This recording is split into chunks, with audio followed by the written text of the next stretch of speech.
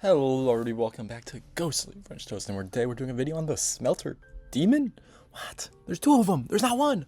I know, it's a very silly situation. So enough dialing around, we're gonna dive on into the basics, as we normally do in these kind of silly, goofy videos. As a boss in Dark Souls 2, and you might be wondering, there's actually two of them. If I had a nickel for every time there was a Smelter Demon, it'd be funny, because there's two Smelter Demons. And they're not the same boss, they do have different moves, technically speaking, but they're practically the same. They both use magic and fire, which is an interesting thing to take note of, which I'll talk about later in lore connotation. Dog shit hitboxes, absolutely horrific hitboxes. Dark Souls 2 is notorious for having awful hitboxes, and this is like the prime example that people use. This in the Penetrator's grab attack. The Penetrator's grab attack's absolutely horrific. We can't really talk about the Smelter Demon without talking about the old Iron King himself. Used to be a chill dude. He was a little humble king who had a little humble throne, and then, got power through conquest and found a powerful smelting iron, which made him create these living, powerful machines and entities of iron, if you will, and help build armies to help conquest over the world, conquer the world type shit.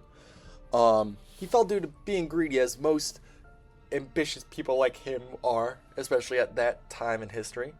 But he, with this smelting iron, he was able to create these just monstrosities of just war, and we see those in the Iron Keep. We see just everything that he's created, and one of those creations is the Smelter Demon's.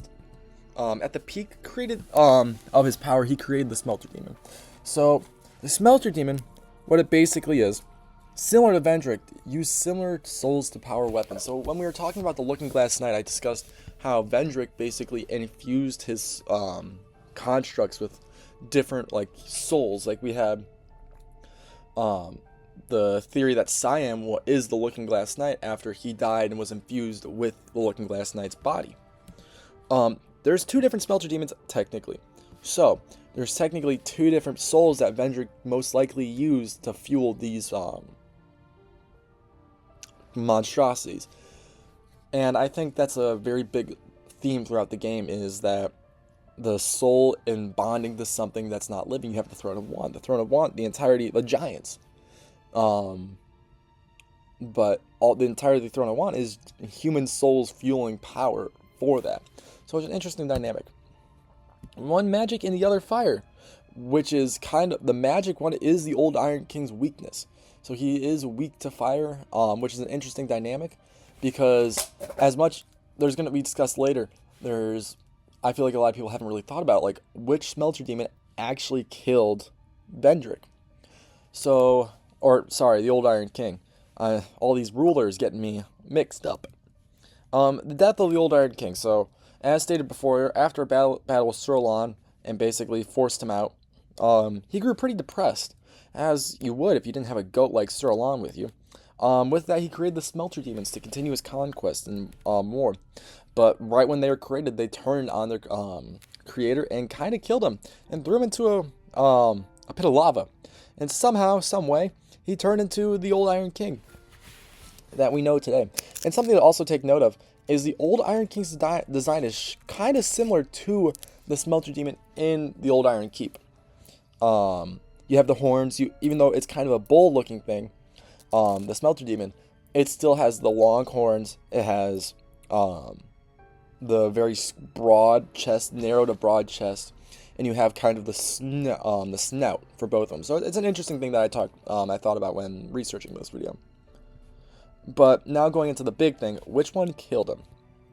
Red Smelter Demon did, no doubt in my mind. What? You throw this idea out without explaining it. You hype this up. Okay, Blue Smelter Demon is in a mining area, so he's kind of just protecting the mines, because the entire point of those mines is to mine for iron, all that. So he was at the end of that mine it's a whole deposit of iron, ore, all that. So he's most likely there to protect him, even though the entire tomb is kind of like a prison area. You have prison cells, you have all that. So I don't think he's a warden or placed there to be in jail after what he did to the old Iron King, because he didn't do anything. Less damage, so most likely a battle didn't really happen between the two, compared to the red Smelter Demon, who does have physical damage on him. Plus, the red one is closer. But yeah, I know this was a quicker video today. There's not much lore, but I really like this boss. It's one of my favorites in Dark Souls 2. Looking Glass, and then probably he's top 3. As I like the blue one more, to be honest, even though there's like little difference. But yeah, that's it for this time. I'll see you next time on Ghost of French Toast. Bye bye.